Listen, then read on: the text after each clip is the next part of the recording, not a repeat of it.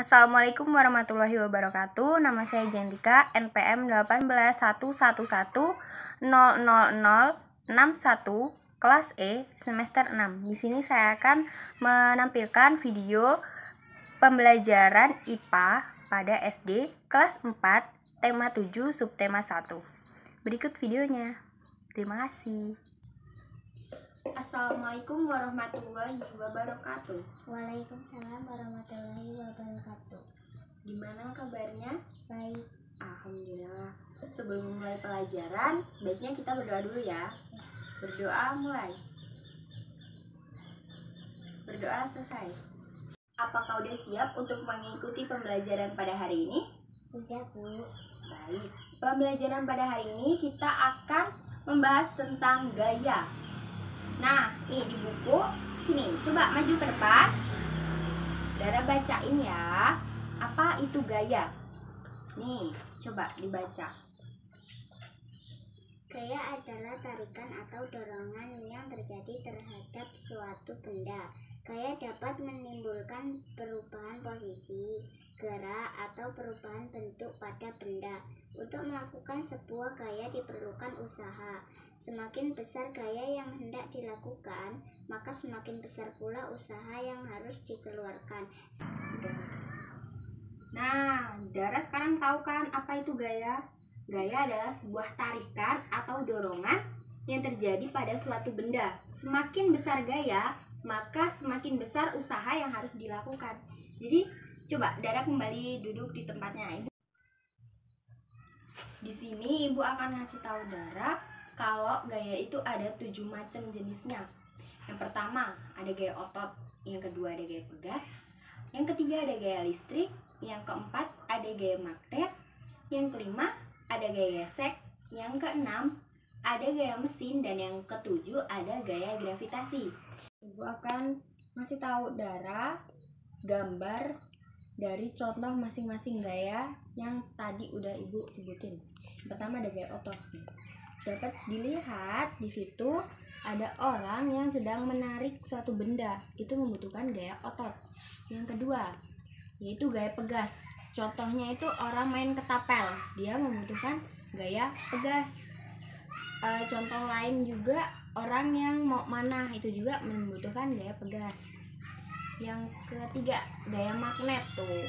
Dara pernah kan lihat magnet, dia kalau di dekat besi, besinya akan ketarik oleh magnet itu, ya kan? Itu disebut gaya magnet. Pintar. Yang keempat yaitu gaya gesek. Nih, orang yang seluncuran ini disebut contoh gaya gesek karena alat seluncurannya ini bergesekan dengan salju. Benar. Selanjutnya itu gaya mesin. Gaya mesin itu mempermudah pekerjaan menggunakan mesin. Ini kan kayak traktor gitu buat ngeratain tanah kayak gitu. Kalau nggak pakai gaya mesin kayaknya lama gitu kan ya. Kalau rame-rame baru cepat. Selanjutnya ada gaya listrik nih. Lampu di rumah Dara bisa hidup karena ada gaya listrik. Benar. Selanjutnya itu ada gaya gravitasi. Gaya gravitasi itu adalah gaya tarik bumi. Jadi kalau nggak ada gravitasi, kita akan melayang. Makanya kalau di luar angkasa itu orang-orang pada melayang, seluruh benda di sana pada melayang karena tidak ada gaya gravitasi. Contoh gaya gravitasi adalah buah yang jatuh. Itu karena ada gaya gravitasi. Kalau buah jatuh nggak ada gaya gravitasi, dia ngambang, dia nggak bisa jatuh. Itu udah selesai. Sekarang Dara coba buka buku halaman 4. Di situ kan ada gambar alat transportasi tradisional yang masih menggunakan hewan. Nah, di situ termasuk contoh gaya otot di situ. Jadi ini adalah contoh dari gaya apa? Gaya otot. Benar. Coba sekarang Dara melakukan percobaan terhadap benda di sekeliling Dara, melakukan berbagai jenis gaya. Contohnya apa ya? Ya, coba mengangkat tas. Nah, Dara mengangkat tas menggunakan gaya otot. Benar, pintar. Sekarang Dara kerjain ini Sambil melakukan percobaan, sambil Dara nanti tulis hasil percobaan Dara di buku tugas ya. Selamat mengerjakan. Aku akan melakukan percobaan yang ada di buku ini. Pertama, dorong meja.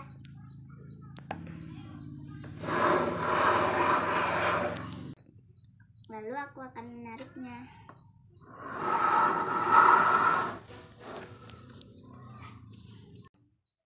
Percobaan kedua, aku akan mengangkat tas sekolahku, lalu meletakkannya.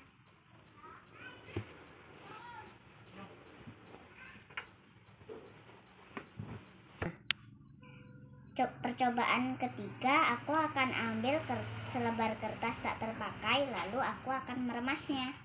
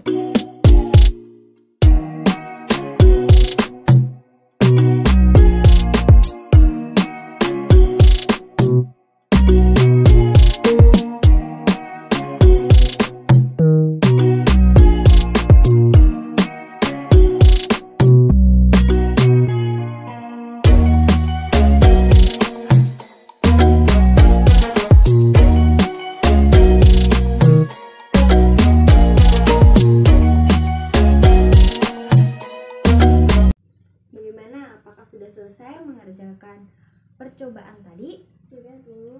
Baik, dari percobaan yang telah Dara lakukan tadi, itu adalah termasuk semuanya itu adalah contoh gaya otot. Jadi gaya otot itu dia bisa menyebabkan suatu benda itu berpindah tempat atau berubah bentuk seperti itu. Kan kalau Dara meremas kertas itu berubah kan bentuknya, yang tadinya kertasnya tidak lusuh menjadi lusuh. Jadi itu adalah contoh-contoh dari gaya otot. Coba sekarang Dara maju ke depan, Ibu mau bertanya. Nah, coba Dara sebutin contoh gaya otot, contoh pemanfaatan gaya otot dalam kehidupan sehari-hari. Contohnya saat kita makan. Saat kita makan, saat mengunyah makanan, kita membutuhkan gaya otot pada rahang. Oh iya, benar. Berarti dalam kehidupan sehari-hari itu kita banyak melakukan kegiatan yang melibatkan gaya otot, benar? Oke, terima kasih Dara, silahkan duduk. Nah, jadi kesimpulannya adalah gaya otot adalah sebuah gaya yang menghasilkan perubahan pada suatu benda, perubahan letak pada suatu benda. Itu kita membutuhkan sebuah gaya otot. Benar. Nah, sekian pembelajaran kita pada hari ini. Nanti tugasnya Dara kumpul, Ibu koreksi. Nah, untuk pertemuan selanjutnya dibelajarin lagi, biar nanti kalau Ibu tanya, Dara udah tahu. Oke? Jangan lupa rajin-rajin belajar. Bukan cuma satu pelajaran yang dipelajarin, tapi semua pelajaran dipelajarin. Oke? Sekian. Sebelum kita mengakhiri pembelajaran pada hari ini, ada baiknya kita berdoa dulu. Berdoa mulai. Berdoa selesai. Ibu akhiri. Wassalamualaikum warahmatullahi wabarakatuh. Waalaikumsalam warahmatullahi wabarakatuh.